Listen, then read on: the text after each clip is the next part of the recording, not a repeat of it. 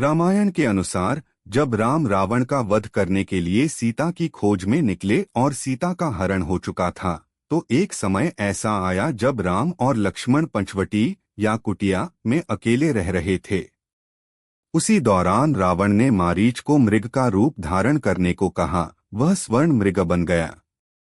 सीता ने उस सुंदर मृग को देखकर राम से कहा कि वह उसे पकड़कर लाए। राम जब उस मृग का पीछा करने गए तो थोड़ी देर बाद लक्ष्मण और सीता को जंगल से राम की आवाज, हे सीते, यह मारीच की छल से निकली हुई राम की नकल थी मरते समय।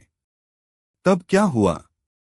सीता बहुत चिंतित हो गईं और लक्ष्मण से बोली कि उन्हें राम की सहायता के लिए तुरंत। जब लक्ष्मण ने कहा कि यह आवाज नकली हो सकती है और राम को कुछ नहीं हो सकता क्योंकि वे परम हैं, तो सीता ने उन्हें कठोर शब्द कह दिए। सीता ने लक्ष्मण से क्या कहा?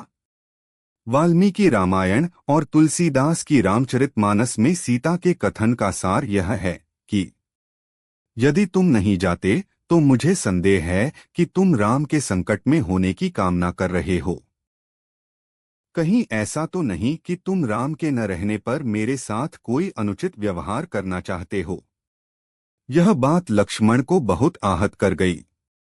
उन्हें अत्यंत दुख हुआ कि सीता ने उनके चरित्र पर संदेह किया। इसलिए वे विवश होकर राम की खोज में चले गए। जाते समय लक्ष्मण ने लक्ष्मण रेखा बनाई थी और सीता से कहा कि वे उस रेखा को पार न करें।